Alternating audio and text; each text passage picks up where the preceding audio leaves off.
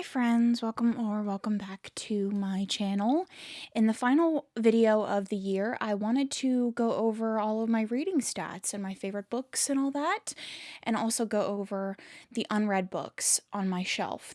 At the beginning of the year, I made it a goal to read my physical TBR, and I want to do an update for that. But first, I thought it would be fun to go through my Goodreads year in books for 2025. I use Goodreads exclusively. I also have a Notion tracker that I use, but I don't have any like stats or anything. So my year in books came out, so I thought it would be fun to go over it together. So first up, in the year 2025, I read 79,778 pages and I read 216 books.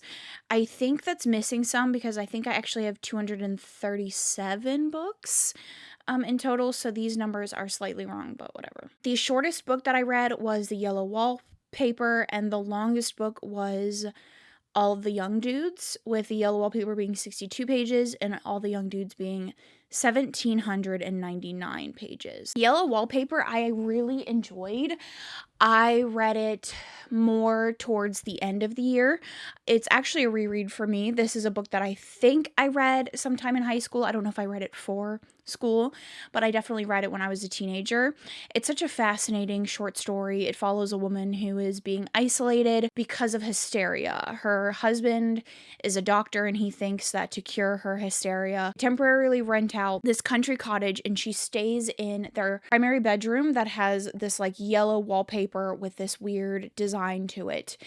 And you are slowly reading her descent into psychosis. She is isolated from everybody. She tries to express the symptoms that she's having, and how this isolation is making her worse, but her husband doesn't believe her. She starts seeing things in the walls, and it devolves from there. It's very eerie. There isn't necessarily a ton going on. It's like little vignettes. All the Young Dudes is a fan fiction. It's about the Marauders from Harry Potter. So James Potter, Sirius Black, Peter Pettigrew, and Remus Lupin. It's as if Remus Lupin's father had died and he grew up in an orphanage. He's obviously a werewolf, and then on his 11th birthday, Dumbledore shows up to the orphanage and offers him a position at, an enrollment at Hogwarts, and it follows their friendship. So this tracks from year 1 to year 7 and then all the way into the wars that obviously happen. This is a very, very, very long story, and it tracks the characters for a really long time. I think the writer did a fantastic job of really fleshing out the characters. Obviously, they took a really long time doing so. They have many years with these characters, and watching the progression, especially of Remus's character, is fascinating. It's obviously a time commitment, but I think it's well worth it if you are interested in fan fiction. Obviously, this is like one of the biggest Harry Potter fan fictions there is. It's spawned near canon events in the Harry Potter world, so I think it's definitely worth it. My average book length in 2025 was 369 pages. My most shelved read was Twilight, with over 9,000,000.5 shelved. And my least shelved was I Ship My Rival and Me, with only 312 people also having shelved it. I reread Twilight quite often, especially if I need a pick-me-up. And obviously Twilight is Twilight, so it's not shocking that it's been shelved so many times. However, I Ship My Rival and Me is I think it's originally a webtoon turned, or it's like a fan fiction story turned manhwa or manga or graphic novel or something. But the third volume is what I got up to. I think there's only been 3 released, but this is essentially about 2 K-drama stars who have a little thing for each other. It's very cute. It's a little bit confusing in the very beginning. The first volume is a little confusing, which I think contributes to not many people having continued on. But once you actually understand what's going on and understand how to read the panels and stuff like that, I think it's a cute little story. My average rating for 2025 was 3.6. Did not have the best reading year. I think I only had a handful of 5-star reads this year, and and it's not shocking to me that my average rating was quite low. I say low, but it kind of tends to trend around this. I think my average rating in general is like 3.6. And my cats are playing underneath my tripod, so if my computer shakes, please forgive me, but it's not shocking. I tend to be a very critical reader because I do read so much, so it's not shocking that the rating is quite low. Then my highest rated on Goodreads was Berserk, which I'll actually be talking about when I get to my favorites portion, but the average rating for that is 4.84, which is not shocking because I do think that Berserk is an absolutely stunning story, and it's definitely one that you go in kind of knowing what you're getting into, but it's very, very dark. I think this is volume 4. So if you're in volume 4, I think I know what happened. Yeah, volume 4 is like the volume. So that's not shocking. All right, so my first review of the year was Two Twisted Crowns, which I don't tend to write reviews unless I'm really feeling some type of way. I really liked Two Twisted Crowns. I gave it 4 stars. I thought it was a great conclusion to this little duology, and I read her other Night in the Moth or whatever. So then we just have a breakdown of the books that I read this year. 216, 237 now is quite a bit. My last review of the year was for The Bright Side of Christmas. I gave it 3.75. I really liked the hero in that one, but 237 or whatever it was is not a shocking number to me. I read quite a bit. I will say I felt like my reading this year had slowed down. That is my year in books. So I guess we can talk about my favorites and most disappointing of the year. Okay, so I do have on this list my best and most disappointing reads. I don't tend to like to talk about things that I hate, so I don't really want to talk about those, but I do want to talk about books that I was highly anticipating that kind of failed me in some way. But first, let's talk about the good books. So first up, let's talk about Berserk. Berserk follows Guts, who is a mercenary. He gets involved in a supernatural world through this band of mercenaries that he joined when he was a young kid. He grew up with mercenaries, very brutal life, and he joins this band and kind of falls in love and makes friends and all that kind of stuff. He then goes off on his own after some instances that happen. It's kind of like the climax of the story, and you're following the past and also the present of how he's dealing with everything. I went in knowing Berserk was quite dark and quite heavy. I knew a lot of the key points to the story, like the key trigger warnings and things like that, but I didn't really know what the actual story itself was about. I loved portions of this manga. Like there are portions of it that are astounding, that are some of the best writing that I have ever read, period, of any manga, any book, anything. Fantastic storytelling. The characters are so compelling. The world is endlessly fascinating. There's so much in this world to be explored. Guts as a character is interesting. His motivations, everything about the world feels fantastic. Everything about the characters feels fantastic. My largest issue with Berserk, because it is not perfect, though I do think it's some of the best that I've read this year, maybe ever. Definitely my favorite manga. Largest issue with Berserk is the Monster of the Week is what I call them volumes, where we are following Guts going to like different villages, solving their supernatural creature issue, whatever it is for that volume. I know it's an attempt to flesh out the world, build Guts as a character, make him stronger, stuff like that, but I don't find it to be as interesting. Sure, like Guts is an interesting character himself, but chapters and chapters of him just like killing supernatural creatures is not my favorite. And when you have the actual story itself that's so fascinating, that is so intense, to take volumes off to read filler is a little bit frustrating, but overall, Berserk is stunning. It's amazing. The storytelling ability, like I said, is stunning. Next up is The River Has Roots. Now, this is actually a quite slow and meandering story despite how short it is. It feels a little bit like a fairy tale. It feels a little bit like I don't know, like a Grimm's fairy tale where things are beautiful, but there's something underneath that's wrong, something that's rotten. Something bad is going to happen. You just have this feeling. But the writing is gorgeous. So this it follows a family that has a willow tree farm on the border of the Feylands and the human realm. And they're sisters that kind of have this magical ability. Don't really know how magical they are, but they sing to their willows and the willows grow. And people are jealous of these willows. They want control of them. They want control of the border between the Feylands and the human realm. And so there's some plots against the sisters. But the core of the story is familial love, sisterhood, loyalty, family. The story itself is really gorgeous. It's a testament to love and what you will do for your loved ones. And it has a little bit of a sapphic romance in it. So it's gorgeously written.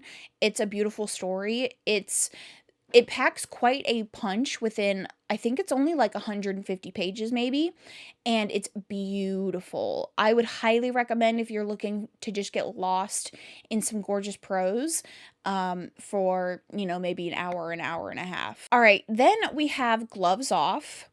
I'm kind of shocked to be putting a sports romance on this list, but ever since I've read this book, I have not been able to shut up about it. So, this is a hockey romance. I believe it's the second to last book in this series by Stephanie Archer. They all follow this sports team, this hockey team in Canada, I believe.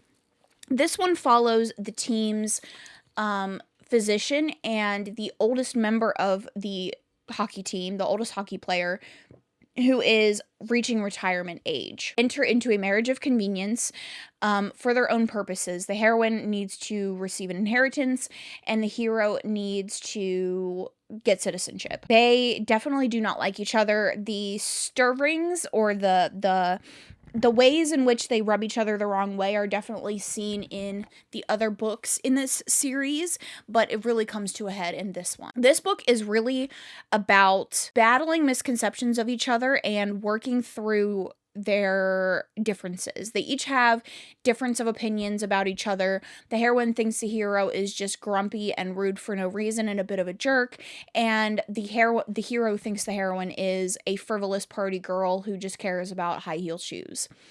And through this marriage, they have to figure out how to make their relationship work, if it's even worth it to them, and fall in love and make this relationship believable. I loved the slow progression of the romance. I loved following these characters having a bit of a moment trying to figure out who the other person really is and working through a lot of their misconceptions and their own baggage to make this fake marriage work. I thought it was tension-filled. I thought it was gorgeous. I loved the romance. I love Stephanie Archer's writing. Her stories take typical sports romance, typical contemporary romance tropes and make them better. She's not necessarily subverting tropes.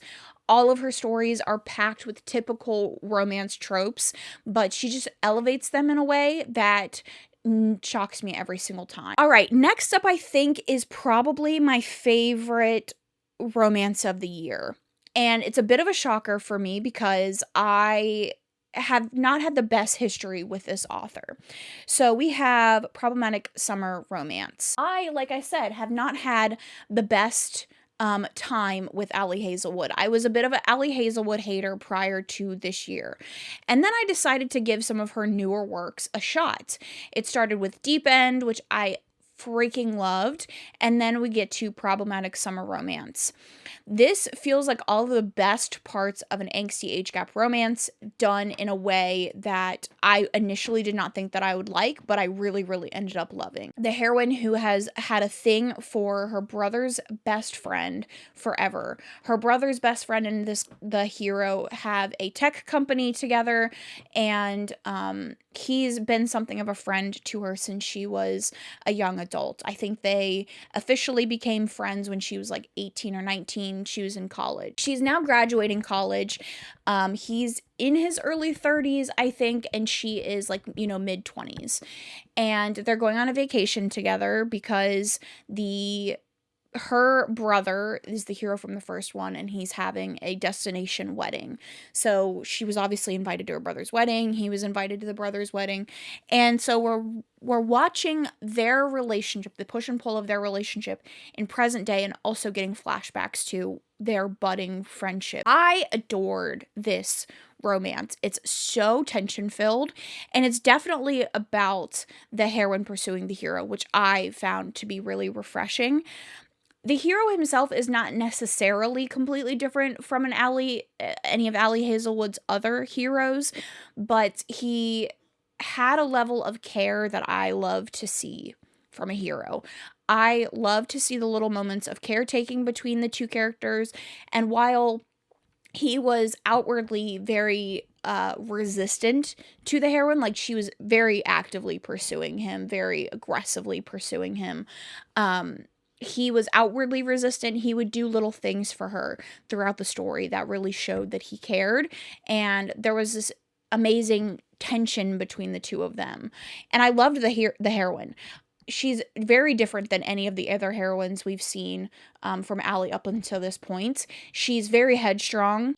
She wants a family. She wants children. She loves children. I loved this romance. I loved watching them work through some of the problems that the two of them had with them ultimately ending up together. Like, obviously the heroine wanted the hero and was very much pursued him, but she still had her own hangups in a relationship. So I loved it. I think it's probably her best. Loved Mate as well, but I definitely think Problematic Summer Romance is everything that I would want from a contemporary.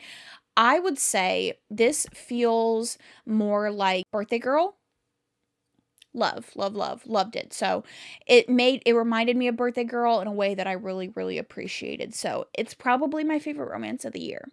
Then we have Sunrise on the Reaping. This is a continuation to the Hunger Games, and this follows Haymitch during his time in the Hunger Games. I know that this was not the most popular. I know a lot of people loved Ballad of Songbirds and Snakes, and obviously people really love the original trilogy.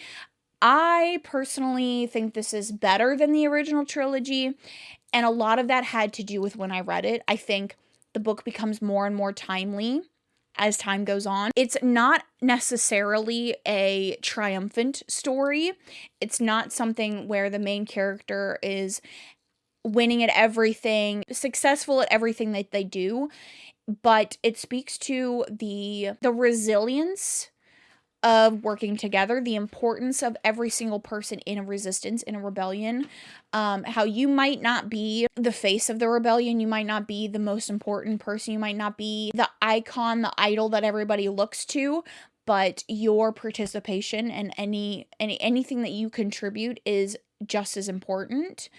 And I loved Haymitch's story. I found him to be such an interesting character, someone who, he very much was like, fuck the government, but he wasn't outwardly involved in the resistance. It wasn't really his intention to go in and overthrow the government. Eventually, he finds himself involved in it. Heartbreaking to watch his efforts fail every single time. It was truly a heartbreaking story to see, and also really important. I think we kind of needed a story like this from this world, and I loved it so much.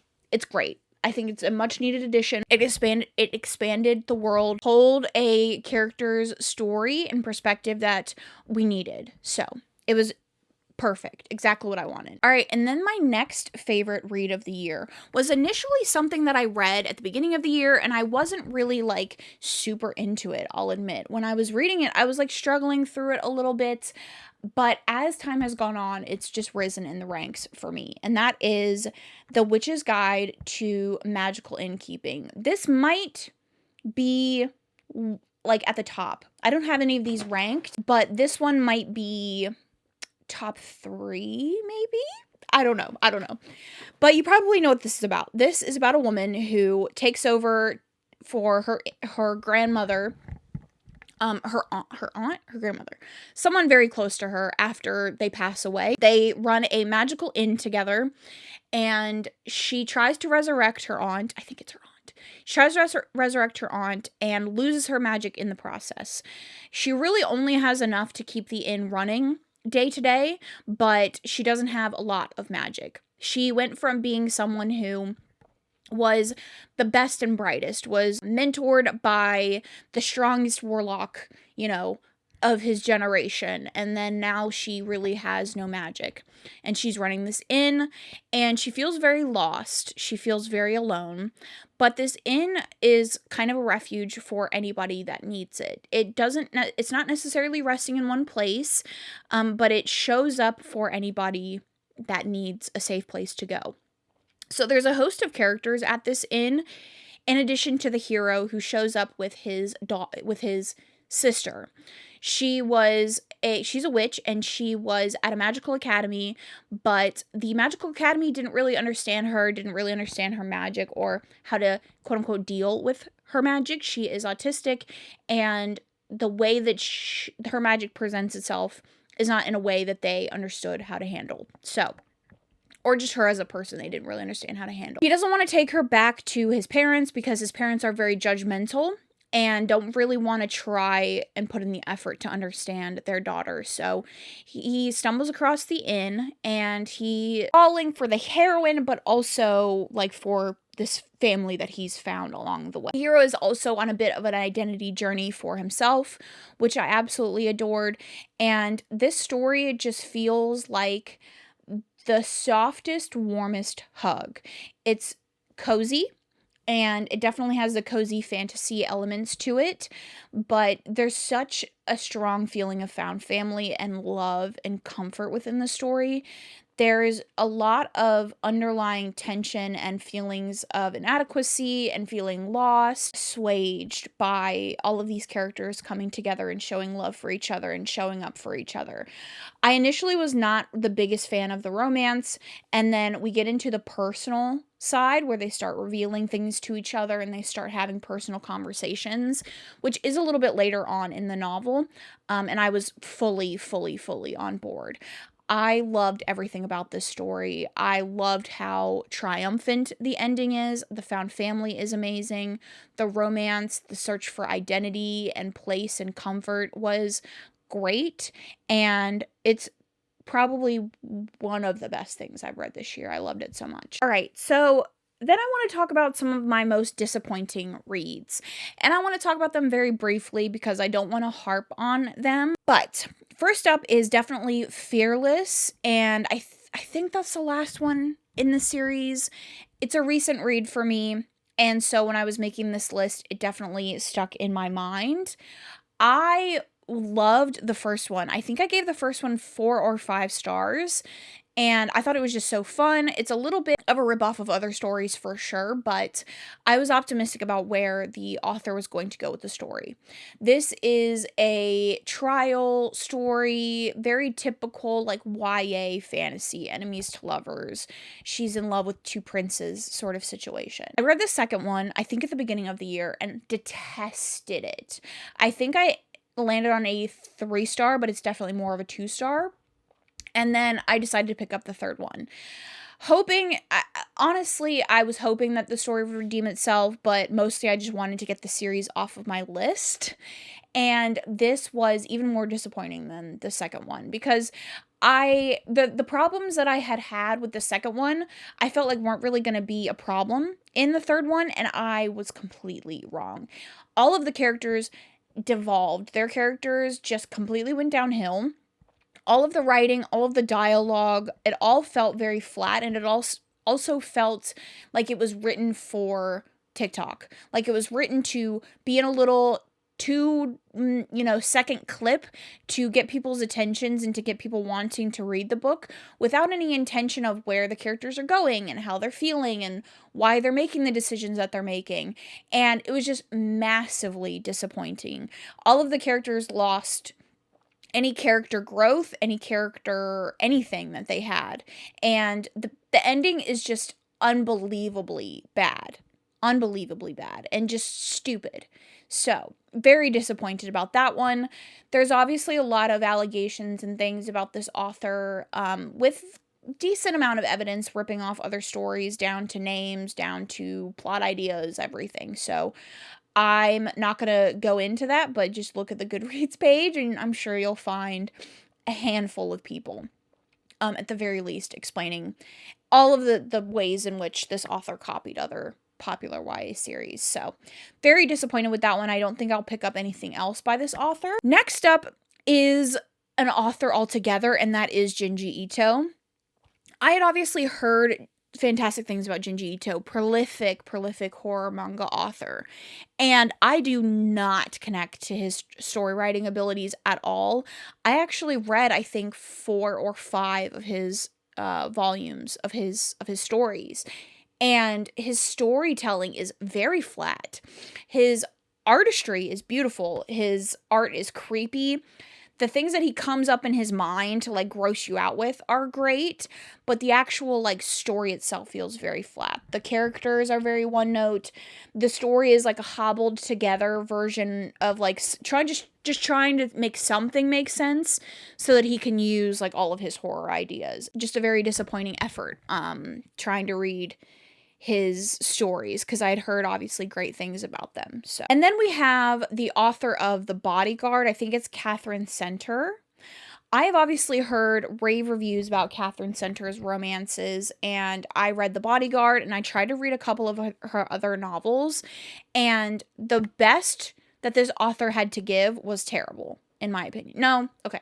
Not terrible, just like very mid, very just okay, very flat. The writing reminded me of the most boring lit fic you could think of.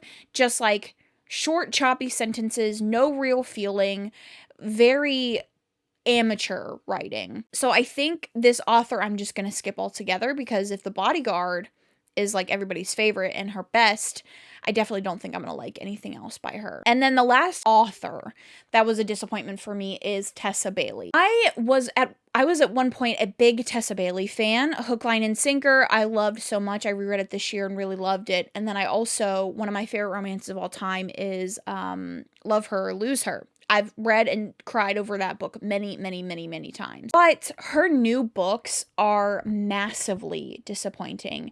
As someone who prioritizes feelings over sex, I find her new books to be very lust forward, which is just not my favorite type of read.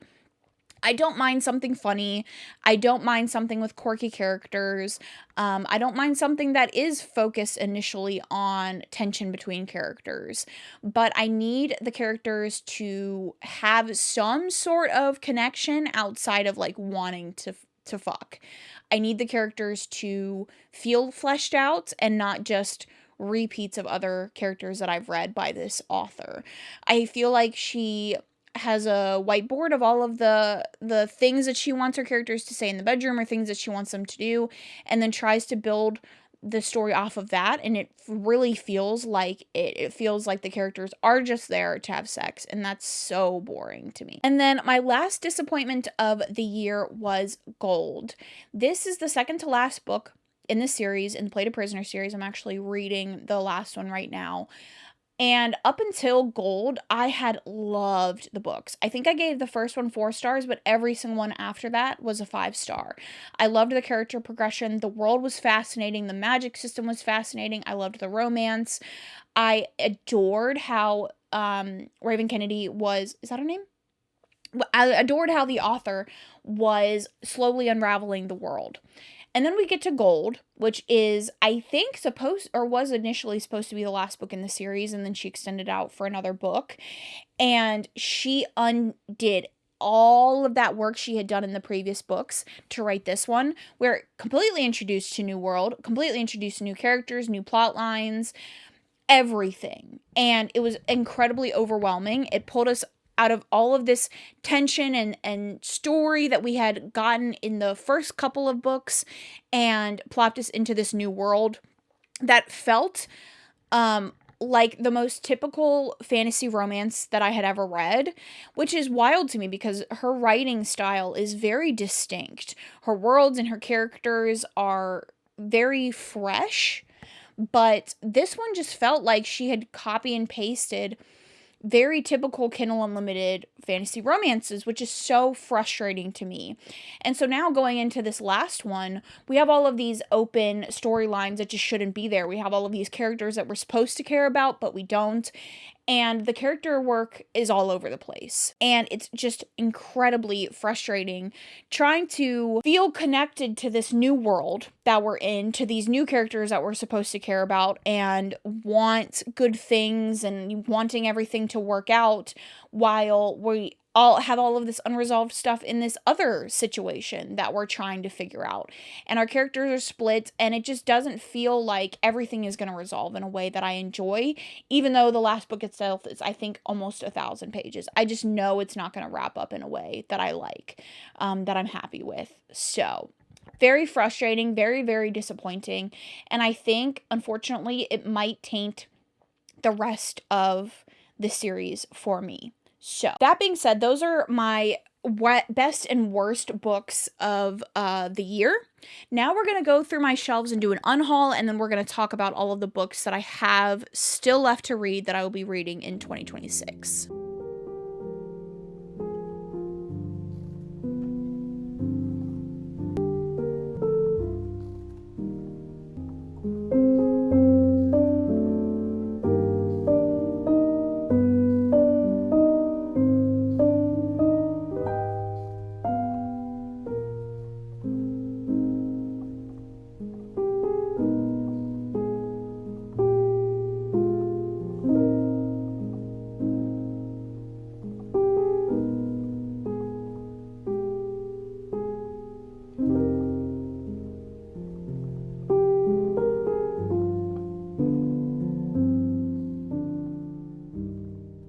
Okay, let's talk about my unread books. So, honestly, it's quite good as opposed to beginning of this year, when I filmed that video. I think it was almost a full shelf, and so as you can see, I have plenty of space, which I'm proud of. Let's take a look a little closer at the books. Alright, so as you can see on this first shelf, we have a couple of classics and additions to series. I still have struggled quite a bit to get through the book boxes that I had gotten for, over a year. And I think that's mostly because of Kindle Unlimited, if I'm being completely honest. It's just so much easier to pick up a Kindle and read from a Kindle than to read a physical book. But I have them and I do want to read them. Side note, if you're interested in any of my thoughts on these, I did do a video where I read the first chapter of all my unread books, I think aside from my classics. Moving down, we have more classics. We have Becky Chambers' sci-fi series, and then we also have a couple of special editions as well. As far as top priority, I would like to get through Jade War and Jade Legacy. Jade War is down there on the red shelf. I would like to get through Jade War and Jade Legacy sooner rather than later, and I also want to get through the Broken Earth trilogy sooner rather than later. Like the sci-fis and things, I obviously want to read, but I don't have a massive push for them. I do need to start getting through my classics. So Jane Eyre, probably going to be reading quite quickly. The Heir, this is a continuation or in the same world as Sabathier's really popular YA series. I didn't love the ending to that one, but overall that series is really strong, so I do want to continue in that world and read Heir. So these last two shelves, again, are mostly classics. That's kind of what is predominantly on my TBR at this point. But some of my high priorities from this shelf are definitely, like I said, Jade War. I want to reread East of Eden, see if it's one of my favorites still. And then I would love to get to these Robin Hobbs and these Lisa Kleypases down here at the end. I really need to get to the Rainwild Chronicles to read, like obviously in Robin Hobbs' universal order. The Tempest of Tea is high priority as well. And then of course we have Yours Until Dawn.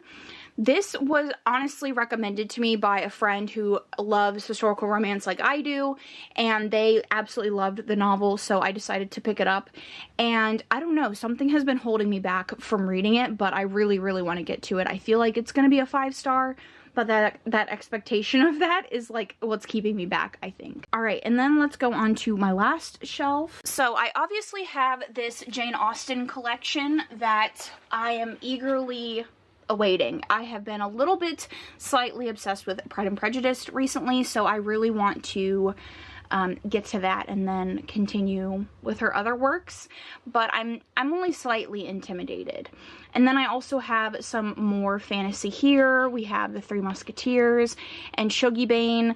I have tried to read Shuggybane several times. I think this is a literary fiction following a guy in his toxic relationship with his mother, or just like his life growing up. It says, is an epic betrayal of a working class family and a queer childhood from a masterful novelist.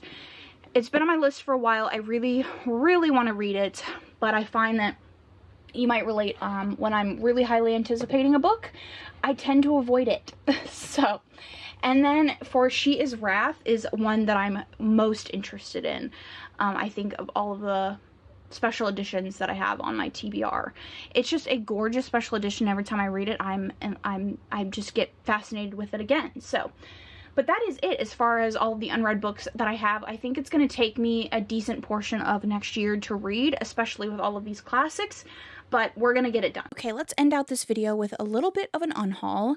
I went through mostly my read books and picked off books that I didn't love when I read it, or I won't reread it, that kind of thing. Ruined Sinner by Becker Gray. I have tried to read this first one here. I think this is part of a series. I think it's maybe in the middle of a series. And this is just not my type of storytelling style anymore. It's very juvenile. She fell first, playboy, he's a playboy situation, which I don't really love. Then we have Savage Mafia Prince. I'm not really into mafia romances. They had a bit of a moment, and now they're, again, not really my favorite sort of story. I have read another in this series a long, long time ago when I did the Dark Romance Readathon with some friends, and I don't remember really loving this author's writing style. So sometimes, even if I'm not like a big fan of a certain type of subgenre, I will really enjoy an author's writing, and so I'll continue to read that subgenre, but I don't really like this author's writing, so I'm just gonna not have that one. And we have Silver Under Nightfall. This is a recent read for me. This is a vampire story, and it's essentially about a vampire hunter. It reminded me a lot of that J. Kristoff Empire of the Vampire series, but a little bit more YA. This is not a YA. This is adult, but it's just felt a little bit more childish. I didn't really like this one. I found it to be a little bit overly long. I thought the world was interesting, but Ren Chiapeko didn't do the best with what they had written, like the world that they had come up with. I think they focused a little bit too much on maybe the romance and some like other parts of the story that I just wasn't really that interested in. So that was, I think, like a 3-star. All right, then I've Got You Under My Skin by Mary Higgins Clark. She is believe a prolific mystery writer. Not a big fan of her writing style. I have tried to give this a shot, and it is simply not for me. The next up is a book that I have actually DNF'd previously. It's listed on my Pango, but I wasn't a huge fan of it the first time I read it, or the multiple times I've tried to read it, and that is The Scarlet Alchemist. This is the Fairy Loot edition. I think this came out quite many years ago. This is one of the first boxes that I got. The edition is lovely, it's gorgeous, but it's not my type of story. Essentially, the heroine has always wanted to be an alchemist. She joins trials to become like a state alchemist with the emperor, and it again focuses, I think, a little bit too much on the relationship, but the relationship is pretty flat and not that interesting. And then, of course, the other portions of the world fall apart a little bit when they're not given the appropriate time. And then the last two that I'm going to unhaul were part of that disappointment conversation that we had earlier, and that is Powerless and Reckless. Like I said, I really, really liked Powerless. I'm going to keep Powerless, actually, and I'm going to unhaul Reckless, which is the second book. Like I said, I really loved Powerless. I thought it was a lot of fun. I don't know if I'll necessarily be revisiting it because I don't want to ruin the good opinion that I have of it, but the second one was an absolute disaster, as was the third one, so I will be unhauling that as well. And I will probably be listing these on my Pango if you're interested. I'll leave that linked down below. That is it as far as this video goes. I will probably see you guys in the next year, but I would love to talk down below all that you read, what your favorite book or not, or worst book of the year was. What did you absolutely fall in love with this year? I would love to know. Don't forget to subscribe if you're looking for more content like me. Thank you so much for watching, and I will catch you guys in my next one.